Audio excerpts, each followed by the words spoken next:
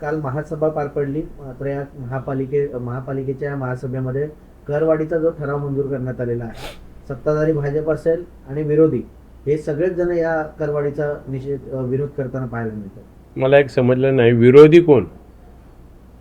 सभागृहामध्ये जेव्हा हा विषय आला त्यावेळेला कोणत्याही सदस्यांनी त्या ठिकाणी विरोधात मतदान नोंदवलं नाही. सभागृहात हा विषय एकमताने मंजूर झालेला आहे.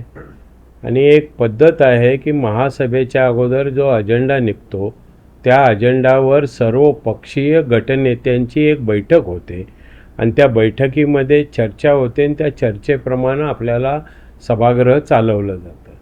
त्यामुळं माझ्या माहितीप्रमाणे कालच्या सभागृहामध्ये या विषयाला विरोध कोणी केलेला नाही. तो बहुमताने नाही तर एकमताने तो ठराव मंजूर झाला. पण त्यांचं असं म्हणणं, भाजपचं असं म्हणणं आहे की आम्हाला गाफील ठेवलं गेलं. त्यांनी फक्त विषय वाचून दाखवला, त्यानंतर शोक प्रस्ताव मांडला आणि त्यानंतर सभा बंद करण्यात आली. आम्हाला बोलूच दिलं नाही असं त्यांचं म्हणणं आहे. असं त्यांचं म्हणणं आहे. आपल्याला हे पटतं का? कुणाला गाफील कोण कुणाला ठेवू शकतं?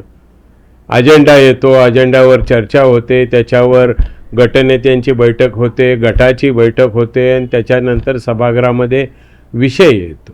गटनेत्यांच्या बैठकीमध्ये ठरल्याप्रमाणे तो विषय झाला. तर भाजपचा थेट आरोप आहे की गटनेत्यांच्या मिटिंगमध्ये असं ठरलं की त्याच्यावर चर्चा करायची, मात्र सभागृहात सत्ताधारी चर्चा करू दिली नाही. सत्ताधाऱ्यांनी म्हणजे मित्र पक्षांचा विश्वास केलाय, चर्चा ठरलं असताना चर्चा करायची पण ते करू दिली नाही. काय म्हणणं? म्हणजे शिवसेनेने आमच्याशी गद्दारी केली, विश्वासघात आमचा. शिवसेनेने कोणाशीही गद्दारी केलेली नाही. मागच्या वेळेला पण मला वाटतं 2-3 महिन्यापूर्वी असाच प्रसंग आला होता. जे गटनेत्यांच्या बैठकीमध्ये ठरतं ते शिवसेना पक्ष त्याची अंमलबजावणी करतो.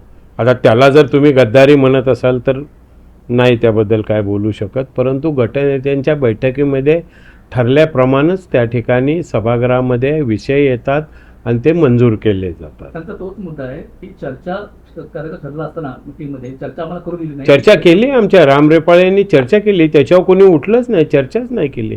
राम रेपाळे स्वतः बोलले त्या विषयावर.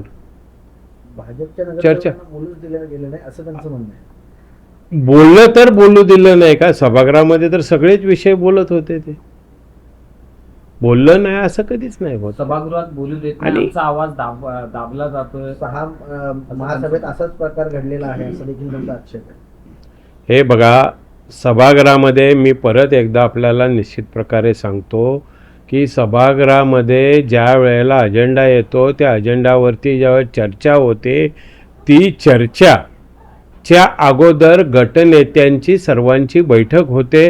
गटनेत्यांच्या बैठकीनंतर प्रत्येक पक्षाच्या सदस्यांची बैठक होते, नगरसेवकांची. आणि गटनेत्यांच्या बैठकीमध्ये जे काही ठरलेलं आहे ते आपापल्या गटांना सांगण्याची प्रत्येक गटनेत्याची जबाबदारी असते आणि जे ठरलेलं आहे ते केलेलं आहे. आणि सर्वांना चांगलं माहीत आहे महापालिकेची आर्थिक परिस्थिती, काय करायला पाहिजे आणि काय केलं तर आपल्याला या ठिकाणी विकासाच्या दृष्टिकोनातून कसं काम करता येईल. गेली 11-12 वर्ष या ठिकाणी कुठल्याही प्रकारची करवाढ दरवाढ झालेली नाही. 500 कोटी किमान म्हणजे मायनस बजेट या ठिकाणी सादर झालेलं आहे. आणि महापालिकेचं शेवटी संस्था चालवताना ते सुद्धा एक विश्वस्त आहे. विश्वस्त या नात्याने त्यांना पण चांगल्या प्रकारची कल्पना आहे. पण मला समजत नाही की मग सभा झाली, एकमताने ठराव मंजूर झाले आणि एकमताने ठराव मंजूर झाल्यानंतर कोणी आमच्याशी असं वागलं तसं वागलं जर म्हटलं तर ते कितपत योग्य आहे?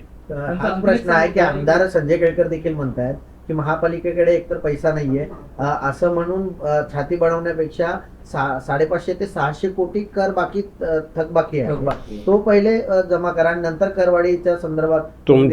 तुमच्या माहितीसाठी सांगतो, हा अर्थसंकल्प महापालिकेमध्ये सादर झाल्यानंतर बरेच दिवस बऱ्याच बैठका संबंधित विभागाबरोबर आम्ही घेतलेल्या आहेत.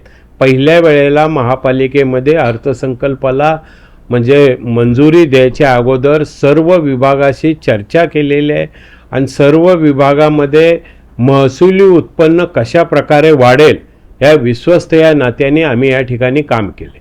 कर आकारणीच्या बाबत जर बोलायचं झालं तर आम्ही यापुढं जाऊन सांगतो तुम्हाला, साधारण 1600 कोटीचे त्या ठिकाणी आम्ही महसुली उत्पन्नाची प्रोव्हिजन ठेवलेली आहे. आमचं आताचं उत्पन्न हे 900 ते 1100 कोटीच्या दरम्यानचं आहे.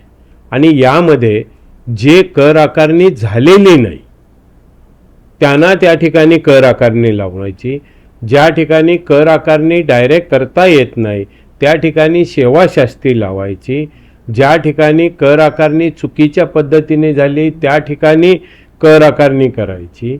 बऱ्याच ठिकाणी अशा प्रकारे झालेलं आहे की ज्याचा वापर म्हणजे रेसिडेन्स कर आकारणी झाली असताना त्याचा वापर कमर्शियल असेल तर त्या ठिकाणची दुरुस्ती करायची.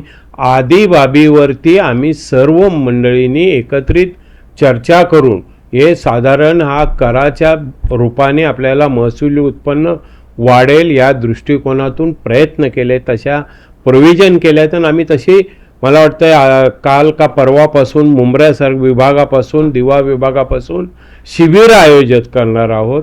कर आकारणी नसेल झाली त्यांना कर आकारणी करायची आहे आणि ज्यांचा यूज कमर्शियल असेल त्यांना कर आकारणी करायच्या, त्या दराने कर आकारण्याची भूमिका आम्ही घेतलेली आहे. प्रत्येक विभागाने जर काम केलं आणि आपलं महसुली उत्पन्न वाढवलं तरच महापालिकेची आर्थिक परिस्थिती ही सुधारणार आहे. महापालिकेची आर्थिक परिस्थिती तुम्हाला चांगलं सर्वांनाच माहीत आहे, अतिशय वाईट परिस्थिती आहे. आणि त्या परिस्थितीवरती जर मात करायची असेल तर विश्वस्त या नात्याने सर्वांनी त्या ठिकाणी प्रयत्न करणं गरजेचं आहे.